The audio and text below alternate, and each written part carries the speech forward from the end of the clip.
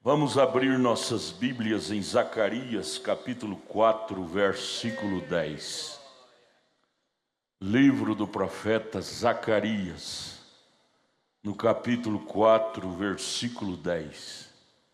Vamos tomar aí uns 40 minutos de uma meditação, lembrar das coisas pequenas, pequenas aos nossos olhos, porém grande aos olhos de Deus.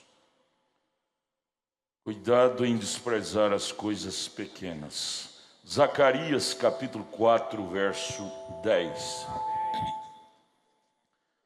Porque quem despreza o dia das coisas pequenas, quem despreza o dia das coisas pequenas, pois esses se alegrarão vendo o prumo da mão de Zorobabel. A mão de Zorobabel é pesada. 7 olhos do Senhor que discorrem por toda a terra. 7 olhos, 7 mensageiros. É pesado. Isto, quem sofrerá esse peso? Da mão de Zorobabel e dos 7 olhos de Deus, que são seus 7 mensageiros, é quem despreza o dia das coisas pequenas. Jesus ajude a nós. É pequeno para o mundo, porém é grande para Deus. Ajude-nos a valorizar aquilo que o Senhor valoriza. Em nome de Jesus, amém. Podeis assentar.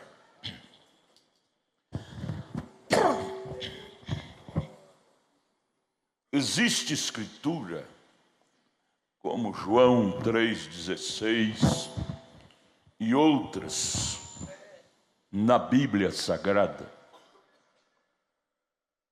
que às vezes não são grandes, versículos pequenos, mas não é o muito.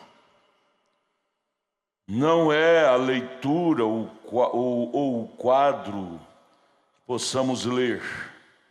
É o valor do que lemos. O grande não é o rótulo, é o conteúdo da coisa. Temos que prestar bastante atenção nisto. Não é a grandeza, a quantidade, mas é a qualidade da coisa que a faz grande. Não faz nenhuma diferença se é muito longa ou não. É o valor que lemos da coisa. É o valor. Às vezes você fica aí um mês lendo, relendo, lendo um só versículo da Bíblia. Um só versículo. E dali você extrai lições práticas cada dia. Cada dia aquilo fica mais novo para você.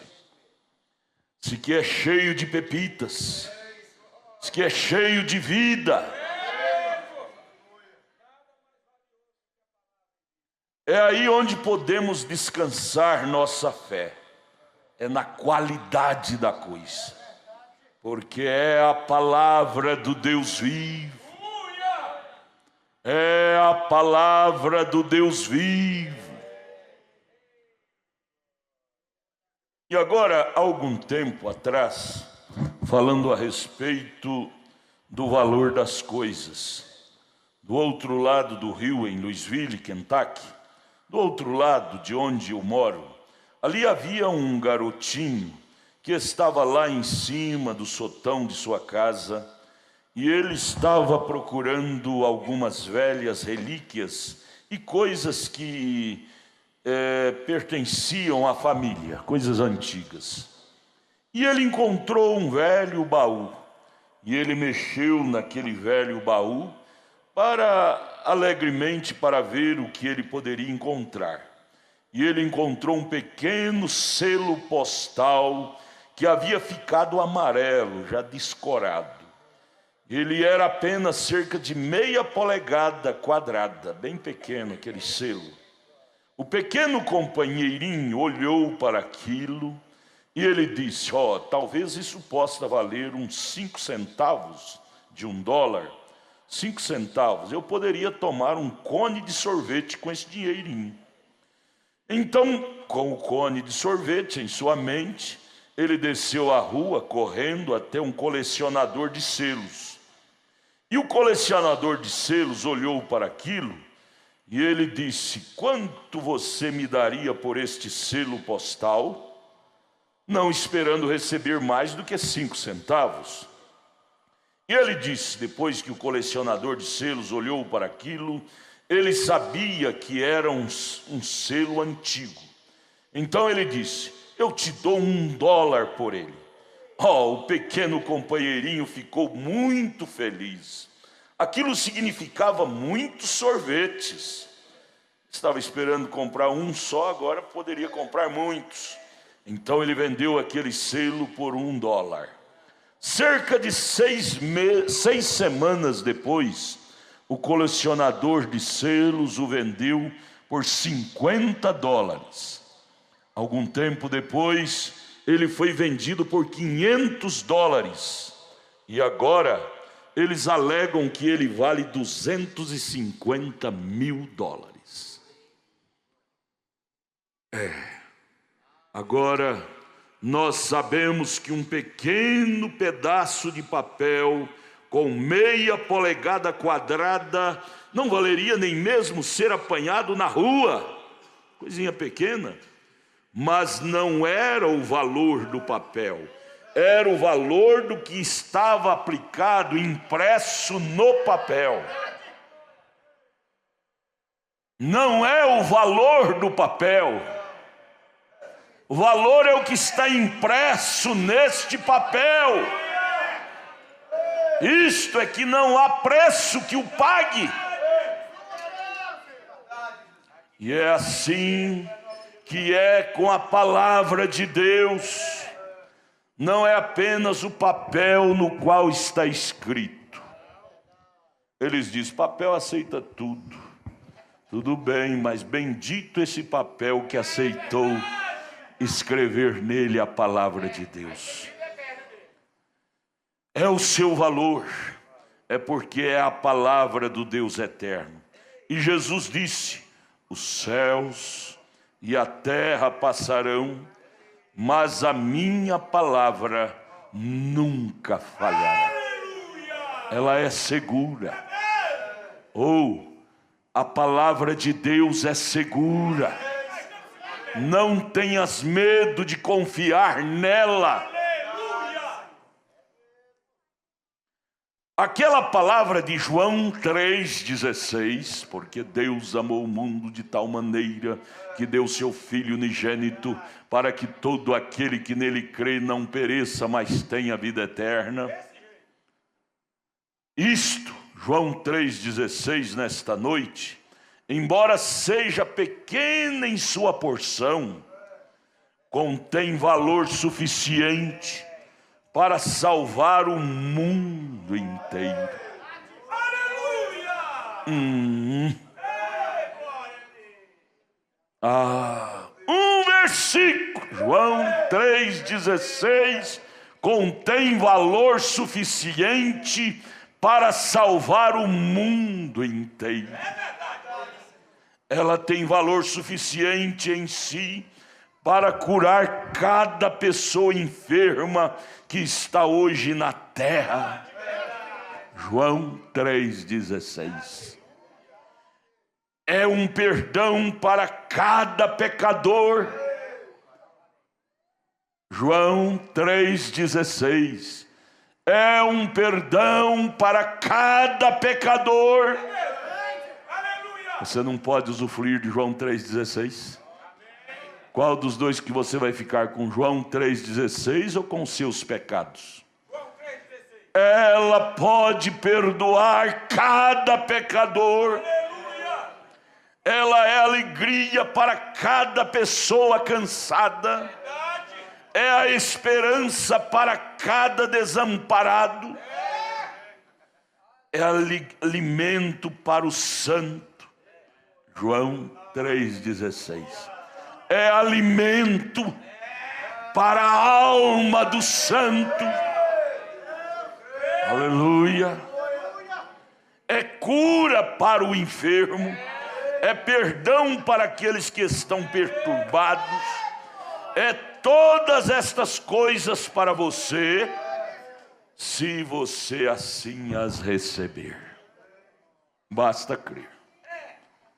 Ela traz este alívio. João 3,16. Na mensagem O Princípio e o Fim da Dispensação Gentia, parágrafo 32 e 33, o profeta dá um lindo testemunho dizendo: lendo sobre a Bíblia, vejo lindos exemplos de homens que serviram a Cristo na Bíblia. Oh, a Bíblia está tão cheia destas coisas em todo lugar que você a abre. Todo lugar que você a abre, ela está cheia de bons testemunhos, bons ensinamentos, que nos nutre, que nos alimenta, que nos fortifica. Leia a Bíblia. Ame ler a Bíblia. Sabe o que o irmão Brana disse? Ele disse: vocês não gostam de ler a Bíblia? Amém. Sim ou não? Amém. As irmãs gostam de ler a Bíblia? A congregação diz amém.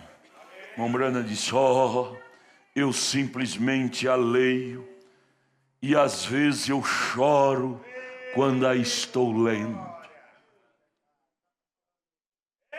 Simplesmente eu a leio e às vezes eu choro quando a estou lendo.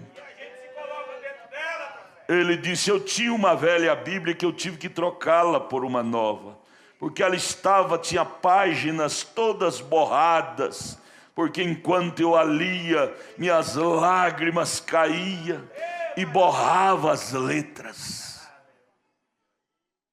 Página da Bíblia com as letras borradas, porque enquanto a lia, as lágrimas caíam sobre ela e borrava as letras da Bíblia. Que lindo, hein? O que te faz chorar? O que é que te faz chorar? Ele disse naquela mensagem de dizer a seus discípulos, ele disse: quando eu não era cristão, eu era o Billy, o durão. Eu não chorava por nada. Porém, quando Cristo cruzou o meu caminho, eu não dou conta de conter minhas lágrimas quando eu começo a ler sua palavra. Há uma mudança. Aqui, alguns dias atrás, eu estava lendo ali dentro, na sala, e eu simplesmente tive que sentar e chorar como criança. Você já fez isso? Ler a Bíblia, de repente você não aguenta, deixa ela lá, e senta num canto, ajoelha num canto, começa a chorar. Oh Deus, tua palavra é linda demais. Tua palavra é linda demais. E aí você começa a chorar de gratidão por Deus ter lhe dado uma riqueza tão grande, chamada Bíblia, chamada mensagem, chamada palavra de Deus. Já aconteceu isso com você? Ah, isso é gostoso. Isto é a melhor experiência para uma alma eleita. Como é bom, como experiência boa é esta. Deixa eu ler de novo. Alguns dias atrás, eu estava lendo ali dentro, na sala, e eu simplesmente tive que assentar e chorar como uma criança. admirado com as letras da Bíblia.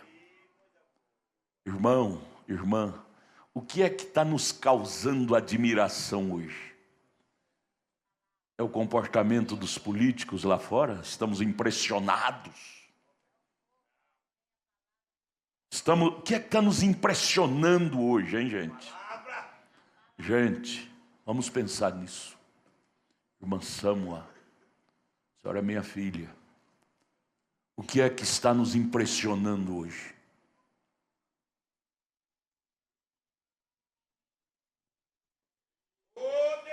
Irmão Brana, lendo a Bíblia, ele tinha que colocar ela de lado e chorar, chorar, porque aquilo lhe impressionava.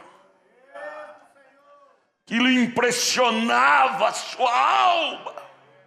Oh, irmão, isso é lindo demais.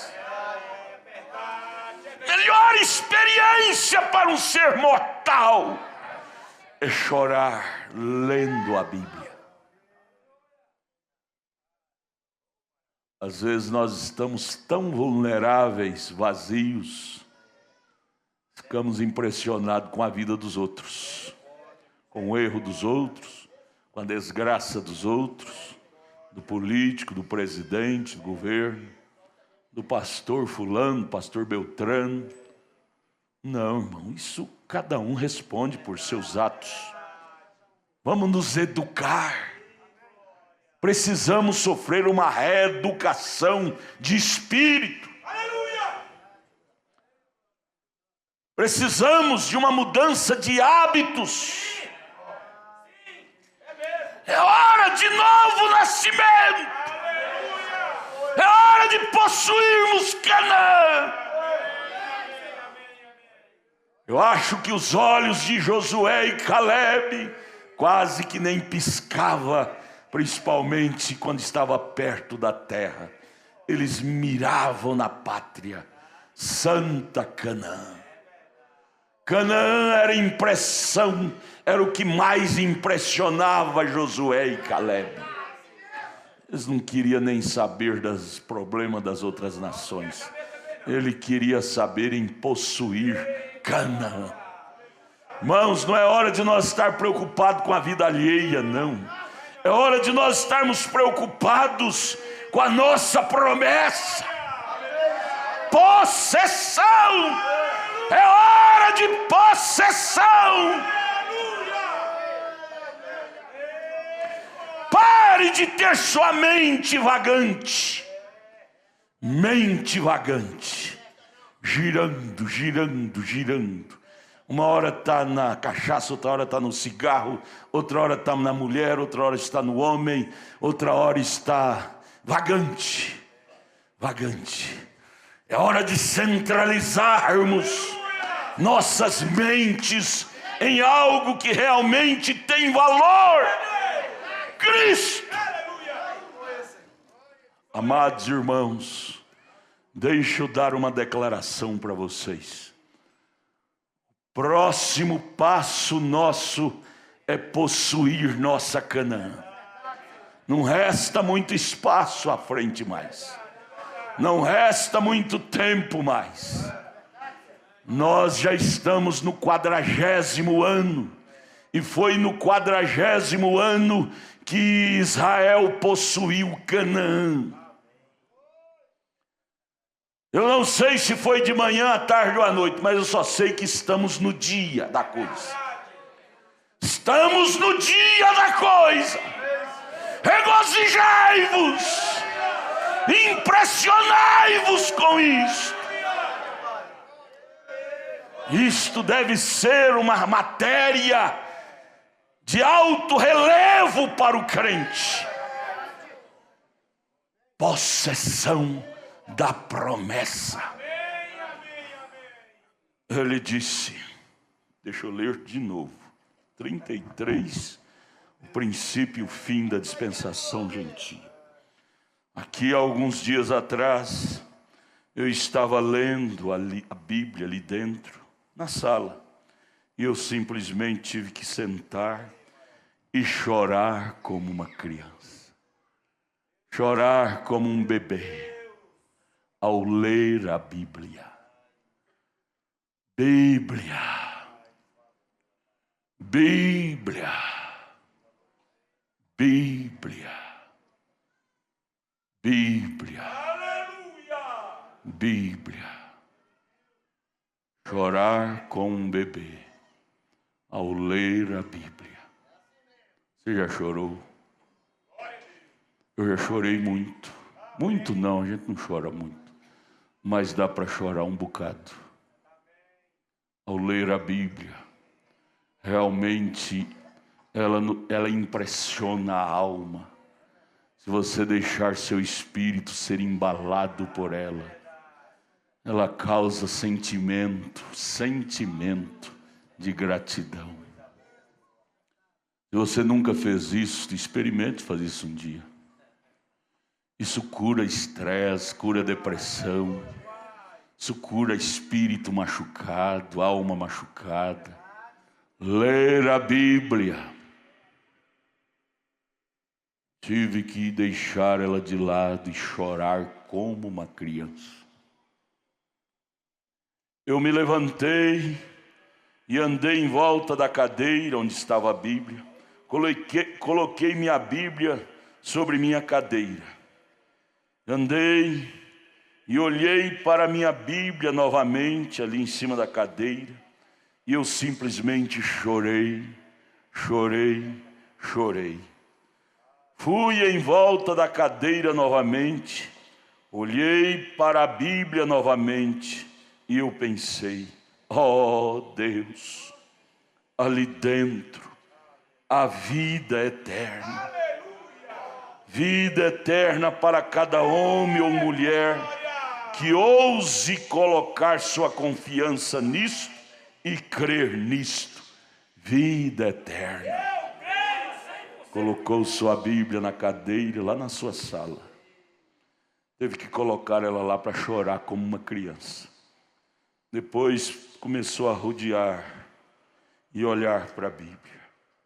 E chorando, dizendo, oh Deus, aí dentro tem vida eterna. Cada versículo dela é palavra de Deus. É palavra de Deus. Veja, o irmão Branham nunca se acostumou com a Bíblia. Nunca. A Bíblia o impressionava cada vez que ele a lia.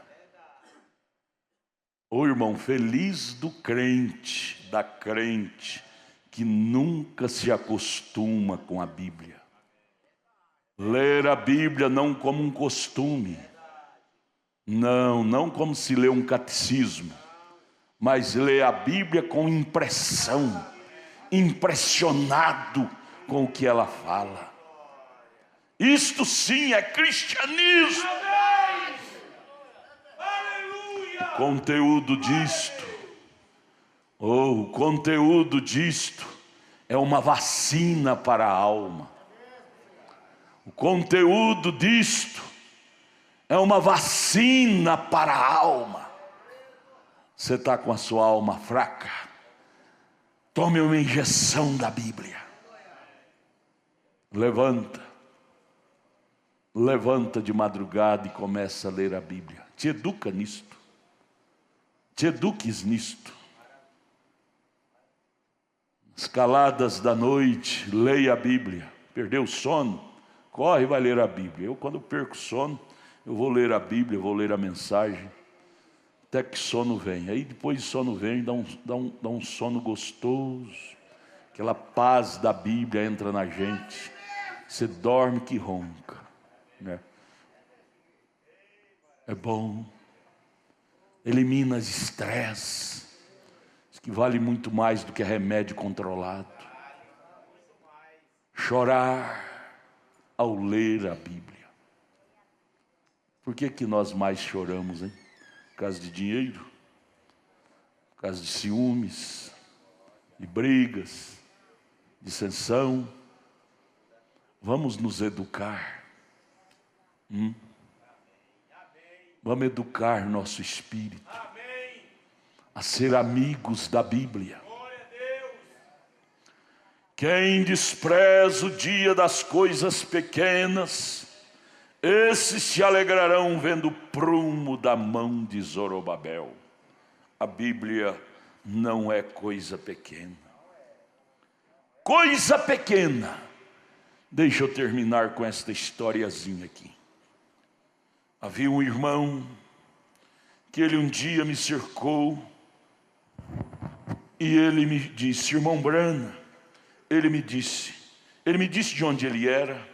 Ele disse: eu nasci, fui dedicado ou consagrado, seja como for que eles chamam isto, lá na igreja luterana. Ele disse: eu acho que quando eu era um garotinho, aquela foi a última vez que me levaram à igreja. A menos que minha mãe tenha me levado alguma vez que eu não saiba. Disse: eu sou casado, um excelente homem de negócios ele é. Disse: eu tive muitas coisas, muitos negócios, com bons carros, e já fiz bastante dinheiro. Disse: certo dia, minha esposa desceu até os pentecostais. O irmão Brando disse: eu vou contar do jeito que ele me contou. Disse: minha esposa foi até os pentecostais e apanhou os espíritos deles. Ele não entendia a coisa, chamou isso de espírito da igreja pentecostal, dons, línguas. E ela estava tendo uma boa vida desde então. E disse: ela chegou para mim e tentou fazer com que eu fosse para os espíritos entrarem em mim. Os espíritos, espírito bom, não é? Dos irmãos pentecostais, dons carismáticos e tudo. E eu disse: não, disse. Eu disse: querida, se você deseja ir, disse, vá de qualquer modo, disse. Agora recorde, se você está mudando sua vida, disse, nós vivíamos uma vida americana comum, festas, coquetéis, danças, bebidas e tudo mais. E disse: eu fiquei contente em vê-la se consertando. Disse: ela se consertou, isso fez dela uma pessoa diferente. E disse: eu pensei, bem, se ela faz isto, estou bastante contente por ela fazer isto. E ele disse: agora você tem um talão de cheque, querida. Qualquer tempo em que a igreja precisar de algum dinheiro, o seu nome é tão bom no cheque quanto o meu, pode dar. Vai, assine, disse. Mas para mim, querida, não vou ser religioso não, disse. Se você deseja continuar religiosa, vá em frente. E ele disse que, bem, ela ficou naquela igrejinha por cerca de 1 ano. E disse: eles tiveram uma convenção lá em cima, em Tennessee. Então eu suponho que era a igreja da profecia de Deus. É ali em cima onde eles têm suas convenções. E então ele disse que ela subiu até ali e disse: eu estava fazendo uma venda de carro. Ele era dono de uma garagem de carro.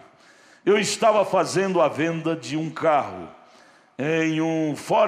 num estacionamento. E disse: estava vendendo um carro para umas senhoras. E disse: eu havia colocado o meu casaco, era verão, disse. Estava ali diante delas para fazer minha venda. E disse: quando voltei, aconteceu de eu me lembrar: será que eu dei para aquela mulher as chaves reservas do carro? E corri minha mão pelo meu bolso do casaco e disse: eu estava com uma pequena etiqueta quadrada ali, que tinha um ponto de interrogação, uma frase e um ponto de interrogação escrita naquela etiqueta. E atrás daquilo dizia: onde você passará sua eternidade? Esposa convertida, não queria se debater com o marido, então ela pegou a maneira dela evangelizar o marido. Pegou a pequena etiqueta e escreveu esta frase: onde você passará sua eternidade? E do outro lado da etiqueta ela colocou um grande ponto de interrogação. Bem, ele disse: eu olhei para aquilo e pensei, bem, Eu gostaria de saber quem colocou isto em meu bolso. E eu simplesmente joguei aquilo no cesto de lixo. E disse, mas alguma coisa me disse, mas isto tem que ser resolvido. Quando ele leu aquilo, ele queria se ver livre daquilo, jogou aquilo no cesto de lixo. Porém a consciência bateu fundo na alma dele, e a voz da alma disse, porém isto tem que ser resolvido. Onde você passará sua eternidade? Este problema tem que ser resolvido. Disse, eu abaixei e apanhei aquele papel novamente e disse, comecei a balançar e pensei, isto é correto. Já passei dos 40 anos, então eu tenho que descobrir onde vou passá-la. Disse, agora veja aqui, você está apenas ficando todo confuso. Ele falando consigo mesmo. Então ele jogou aquilo novamente no cesto, tentou virar as costas, ligou o ventilador e assim por diante. Disse, ele olhou de volta para aquilo novamente lá no cesto. E aquilo simplesmente continuou tocando em seu coração. Aquela frase, onde você passará a sua eternidade? Não adianta você querer correr de Deus. A voz da consciência rebomba na alma. Ele apanhou aquilo pela terceira vez e disse que aquilo lhe deixou tão nervoso que ele não pôde nem mesmo, ele foi para casa. Aquilo colocou ele perturbado. Oh, que boa perturbação. Irmão, você tem que ficar doido, perturbado, fique doido, preocupado com a sua alma. Melhor perturbação é a perturbação, preocupação com o seu destino eterno. Aquilo me deixou perturbado, que ele saiu da garagem onde ele tinha seus carros para vender e foi para casa.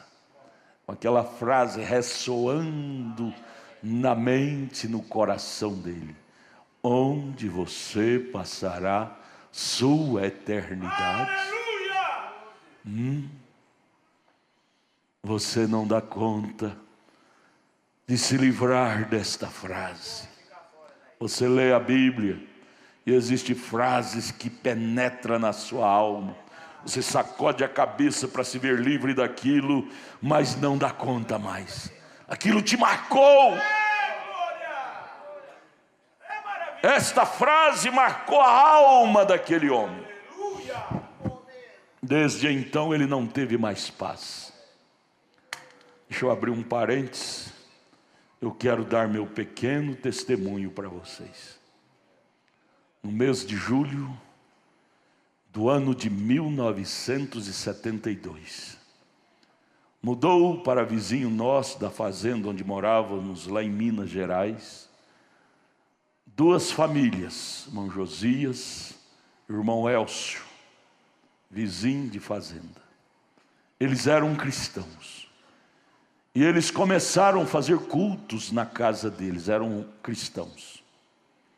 Lá da minha casa, eu, um garoto de 13 anos, minha irmã Eunice, uma garota de 14, 15 anos.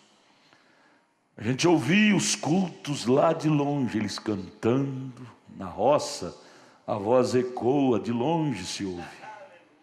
Aquilo penetrava em nossas almas, e a gente segurava. Não sei quantos meses demorou. Parece que foi no início do ano, até mês de julho nós seguramos. Quando chegou o mês de julho, algo tremendo. Rebumbou, nós não aguentamos ficar quietos. Eu virei para ela, ela virou para mim e disse, vamos lá ver. Vamos lá. E nós fomos. Ah, irmãos. Quando passamos na porta da casa do primeiro morador, o irmão Elcio, ele estava com aquele LP, 100 ovelhas, Oséias tinha acabado de gravar ele, 72. E aquilo era ungido. Naquele tempo eles gravavam sob a unção. Naquele tempo os crentes ainda eram crentes. Ali já começamos a chorar. Fomos para a igrejinha de barro, lá na roça, coberto de capim. O pregador começou a pregar, simples, humilde, mas as palavras dele entravam na gente como uma espada cortante. Quando terminou o culto, nós não aguentamos, fomos lá no altar chorando. 2 meninão, ela de mini saia, eu meninão cabeludo, no altar chorando, dizendo: pregador, esta palavra tem penetrado em nossas almas. Nós não damos conta de viver sem isso. E desde então, meus amados, isto tem acontecido comigo. Eu não tive mais sossego em minha vida. Eu não tive mais sossego em minha vida. Cada dia que passa, que eu leio esta Bíblia, que eu leio essas literaturas, eu perco mais o sossego. Sabe por quê? Que a fome faminta na minha alma para ter isto em maior grau aumenta. Quanto mais eu a leio, mais fome eu tenho disso. Desde então eu não tenho mais sossego para dizer: regala-te, ó alma, não preciso de mais nada. Não, pelo contrário, minha alma se tornou mais faminta. Minha alma perdeu o sossego. Eu me tornei um homem desesperado. Isso já faz 47 longos anos. E até hoje eu não tenho sossego. Às vezes eu estou deitado na minha cama, a alma clama: estou com fome. Eu levanto quietinho para minha esposa não ver, e vou lá para um quartinho que eu tenho, vou ler, nas caladas da noite, estudar. Quanto mais eu estudo, mais desassossegado eu fico, porque eu quero isto atrás da minha pele, eu quero isto mais vivo dentro de mim, eu quero ver isto real dentro da minha alma.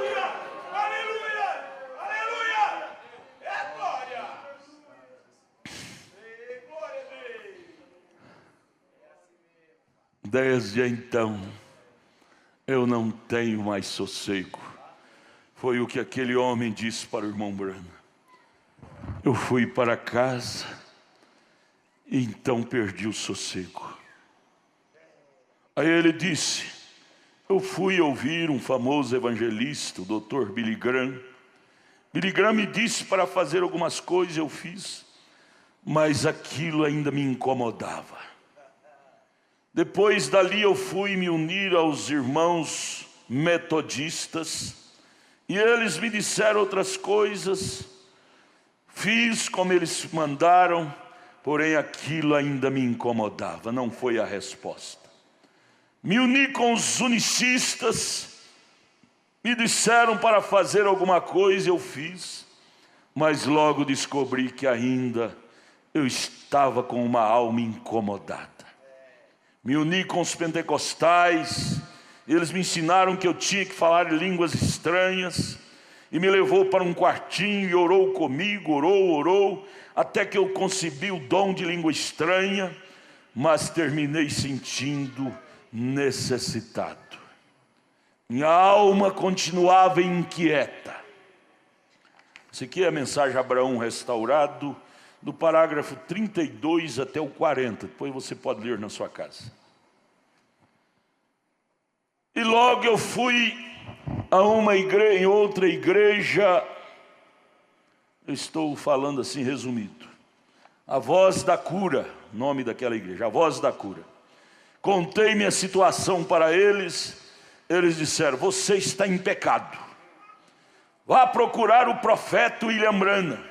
Ele é um vidente, e ele vai dizer onde você errou, e você vai se consertar, e então você vai ter sossego. Irmão Brano, eu estou aqui agora, parágrafo 36. O que eu faço? Irmão Brano disse, eu disse, bem irmão, eu disse, eu não sou um profeta. Irmão Brano era tão modesto, um tremendo dom de Deus que ele tinha. Ele dizia, eu não sou isto. Ele gostava que as suas obras falassem mais alto do que suas palavras. Irmãos, uma coisa eu tenho descoberto durante esses anos que eu estou na mensagem. As pessoas que realmente têm, eles não rastam mala, não ficam se propagando. As pessoas que realmente possuem Cristo, eles dizem, não, eu sou um carente, estou atrás. Sabe, pessoa que fala que tem é porque não tem. Nunca esqueço do meu velho pai, não sabia ler nem escrever, mas ele tinha uns provérbios que fazia sentido. Um deles era este: cachorro que late não morde, cachorro que morde não late quase. É mais ou menos isto. Não sou um profeta. Eu disse, mas o Senhor me deixa discernir coisas para ajudar as pessoas. Um pequeno, humilde dom.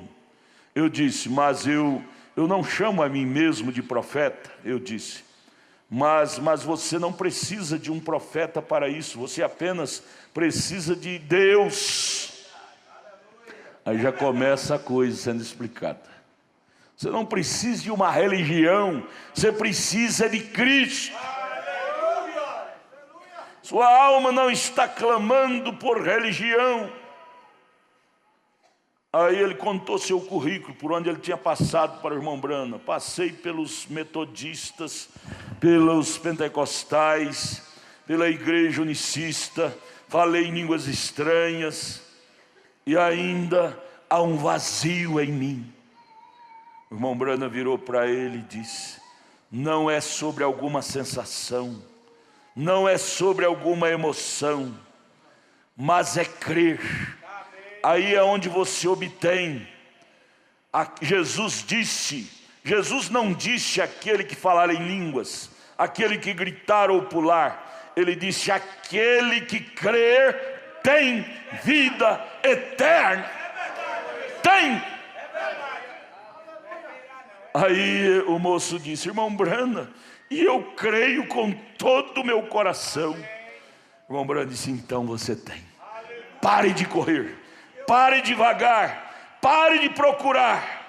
Alimenta-te disto agora. Irmãos, você já tem. Aquele que crê tem vida eterna. Vocês creem? Vocês creem? Você já tem. Ah, mas eu estou faminto. Agora o que você tem que fazer é comer, comer, comer, comer, comer, comer, para que isto se torne robusto em sua vida, para que o cristianismo se torne robusto dentro de você. O que você precisa agora não é devagar mais, você já achou. Igreja, nós já achamos. Nós já achamos. Agora é comer. Comer o livrinho. O anjo disse para João em Apocalipse 10, verso 8: coma o livrinho, João. Coma o livrinho, João. Aqui está o livrinho. Aqui está o livrinho. Aqui está o livrinho. Ah, mas eu não leio porque eu não tenho óculos. Gente, você gasta tanto dinheiro à toa e não pode gastar o dinheiro para um óculos. Qual dos dois você prefere? Economizar o dinheiro e não economizar a alma? E não alimentar a alma? Invista-te na sua alma. Combine com a sua esposa, querida, esse mês vamos juntar um trocadinho, porque eu vou investir na minha alma. Vamos num oculista fazer um exame de vista, como é que chama o médico de vista? Oftalmologista, E eu vou fazer um óculos porque minha alma está faminta de ler a Bíblia. Eu não aguento mais de fome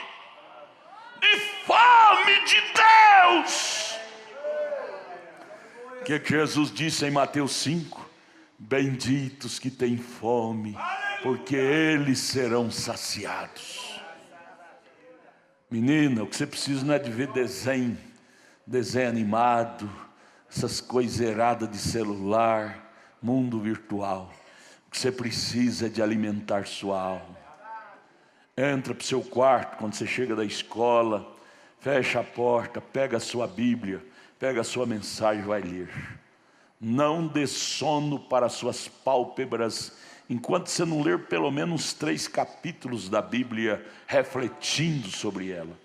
Veja, o irmão Brana diz, só João 3,16 já dá para chacoalhar o mundo. E se ler 3 capítulos por dia, hein? E se ler pelo menos a metade de uma mensagem por dia, hein? Achei tão lindo, nunca esqueço o testemunho do pastor William, lá de Caldas Novas, quando ele esteve aqui. Falou para mim no escritório, pastor Adalto, o dia que eu não leio uma mensagem, eu me sinto insaciado. Achei aquilo lindo demais. Tem coisa boa que você tem que copiar. Comer, alimentar a alma, isso faz bem. Se alimentar o físico faz bem, e alimentar a alma, hein? Ver uma alma robusta. Estamos vivendo no tempo da obesidade. Na América, por exemplo, quase todo americano é acima do peso, porque come muito glúten, massa, essas coisas, e ficam gordos, fortes. Ah, irmão, se a carne pode ficar obesa, e a alma? E a alma? Vamos aprender com o irmão Brana. Escreva aí o princípio e o fim da dispensação gentia, 32 e 33. Ele lia a Bíblia e punha ela num canto e começava a chorar, refletindo o que ele havia lido. Chorar. Você tem que chorar, não é de paixão por quem não te quer, não. Que besteira é essa? Chorar de paixão, você sabe que ele não te quer, virou as costas para você. Para que chorar? Perder tempo com quem não te quer. Pare com isto. Chorar de ciúme. Se Deus não segurar, muito menos você. Fica ciumando aí que a pessoa fica irritada aí que ela vai mesmo. Chore por Cristo. Chore pela palavra. Chore por algo que realmente vale a pena. Aprenda, educa-te teu espírito em coisas que vale a pena, em hábitos que vale a pena. Eu tenho certeza, irmão, se você te ocupar em ler a palavra e orar, a vontade de pitar vai embora.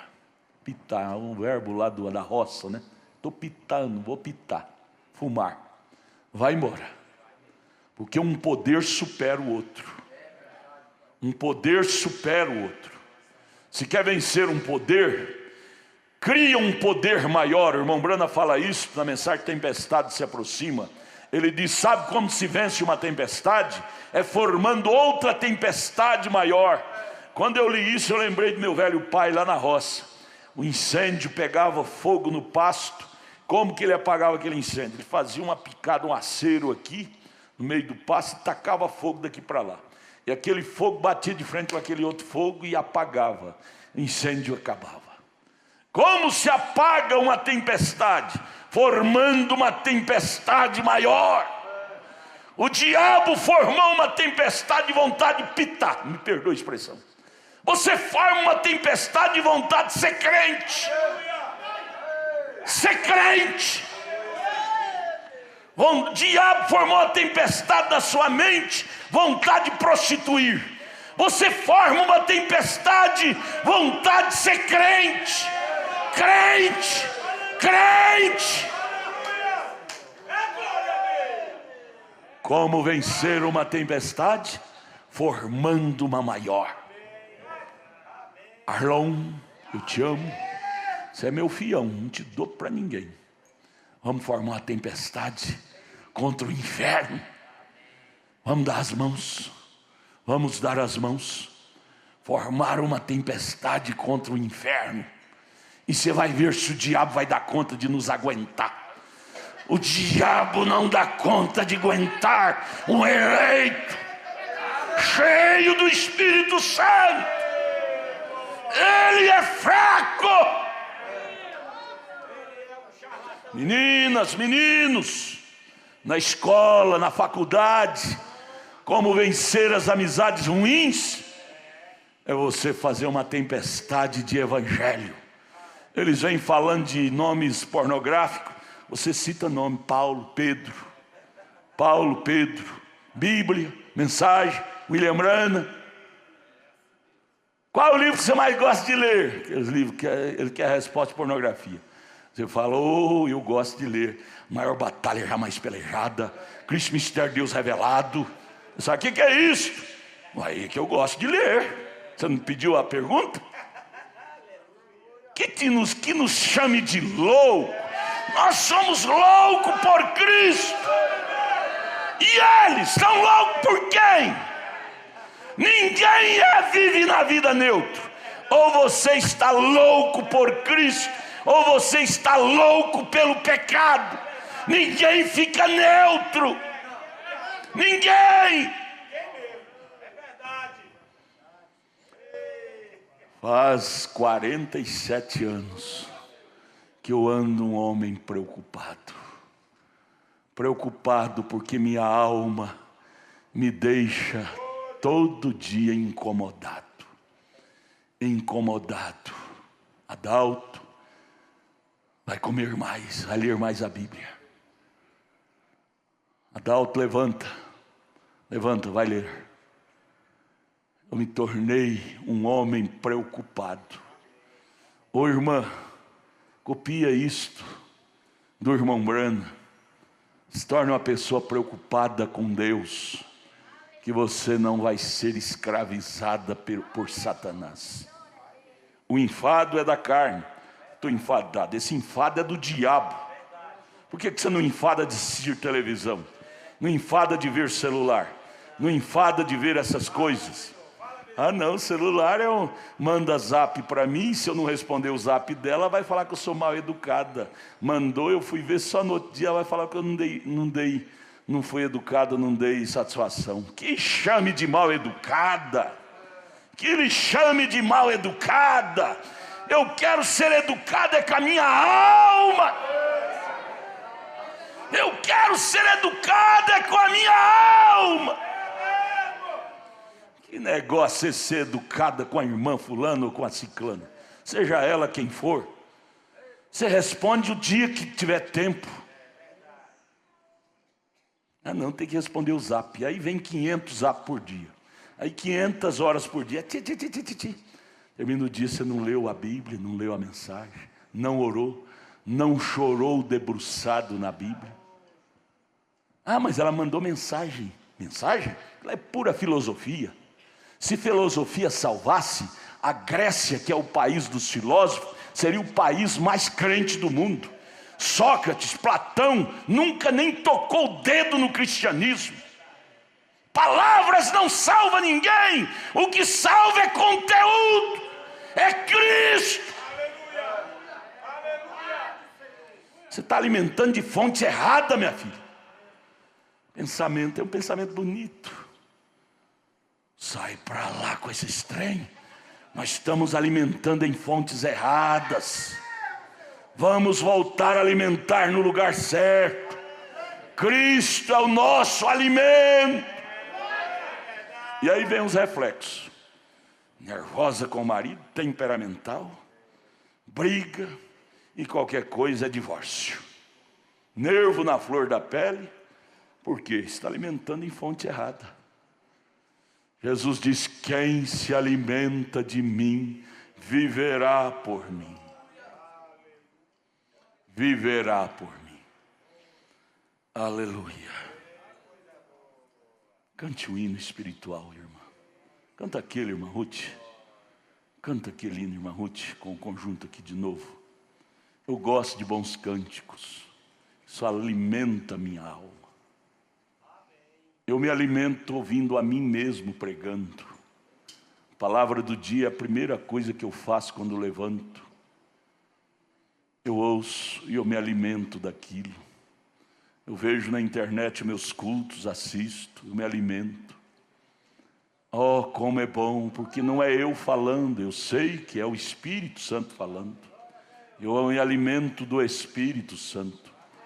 Eu me alimento ouvindo vocês cantando. Eu me alimento ouvindo a irmã Ruth cantar esse lindo hino. Nós devemos nos reeducar, gente. Nos reeducar o nosso espírito. Nossa alimentação está precisando de uma reeducação. Se precisamos para o corpo físico e para o espiritual, não? Canta, irmã Ruth, conjunto. Alimente disso. Se você quiser chorar, pode chorar.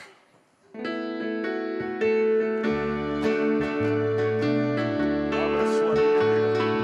1 Coríntios 11, 23. Abra sua Bíblia.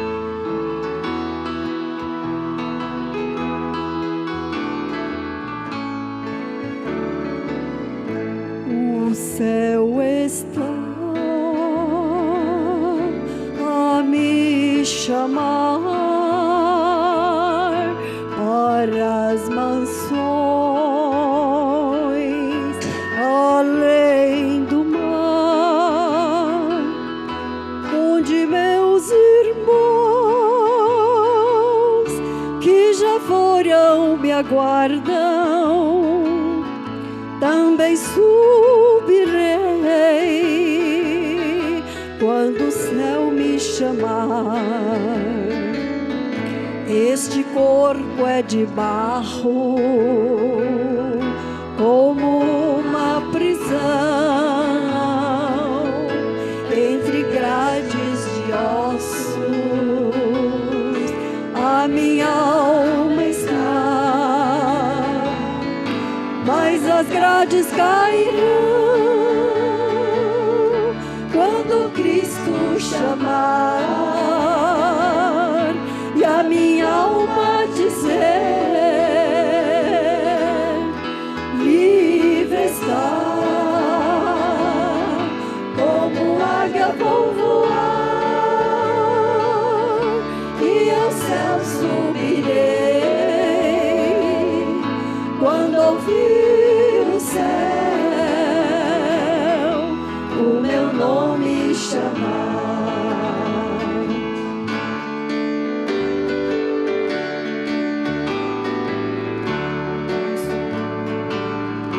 Posso imaginar meus irmãos do além. Já não há mais lágrimas e nenhuma dor, e no trono celestial vejo meu Jesus. Posso ouvir a voz, o meu nome chamar. Este corpo é de barro, como uma prisão, entre grades de ossos, a minha alma está. Mas as grades cairão quando Cristo chamar,